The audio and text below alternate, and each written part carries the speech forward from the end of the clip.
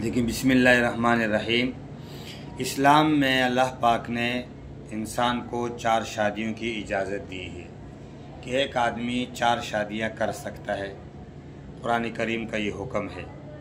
नबी अलैहिस्सलातु वस्सलाम ने उनके अंदर इंसाफ करने का, अदल करने का हुक्म दिया है। अगर इंसाफ कर सकते हो तो 4 शादियाँ करो, 2 कर सकते हो, 3 कर सकते हो, नहीं कर सकते इंसाफ तो फिर 1 शादी पर गुजारा करो। इंसाफ क्या है?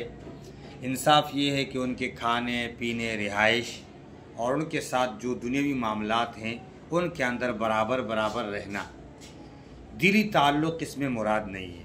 दिली ताल्लुक़ से मुराद यानी एक के साथ मोहब्बत ज़्यादा है, दूसरे के साथ मोहब्बत कम है, उसकी शर्त नहीं है। अलबत्ता उसके अलावा बीवी के साथ कपड़े में, खाने में, पीने में, रिहाइश में बराबरी करना उनके लिए बहुत ज़रूरी है। इसका हुक्म है। हदीस शरीफ में आते नबी अलैहिस्सलातु वस्सलाम ने इरशाद फरमाया, अगर किसी की 2 बीवियाँ हों और वो उनके अंदर इंसाफ नहीं करता, क़यामत के दिन इसका एक तरफ जो है वो शल होगा, यानी आधा ये शल होगा, आधा ये सही होगा। पहली वाली बीवी के साथ जुल्म करना या दूसरी वाली के साथ जुल्म करना बराबर है। इसमें कोई छोटी बड़ी का हिसाब व किताब नहीं है। बच्चों और बग़ैर बच्चों वाले की बात नहीं है। जहाँ तक आपके मसले का ताल्लुक़ है कि शौहर पहली वाली बीवी के साथ ताल्लुक़, हिसाब व किताब खूब बरकरार रख रहा है और दूसरी वाली बीवी को तवज्जो नहीं दे रहा है, उसके साथ जुल्म कर रहा है, ज़्यादती कर रहा है, उसके बच्चों का भी ख्याल नहीं कर रहा है, तो इस सूरत में ये आदमी शदीद गुनहगार है, सख्त गुनहगार है, अल्लाह तबारक व तआला का, अल्लाह के रसूल का मुजरिम है। हज़रत उमर रज़ी अल्लाह तआला अन्हु ने कानून बनाया था और एक उसूल और ज़ाब्ता बना है कि आदमी अपने हिसाब किताब में कोई भी बात वो इस तरह न करे कि उससे जो है ना ज़ाहिर हो जाए कि उसकी बीवी उससे नाराज़ है, या वो ख़ुद ऐसा अमल न करे कि पता चले कि इससे जुल्म हो रहा है।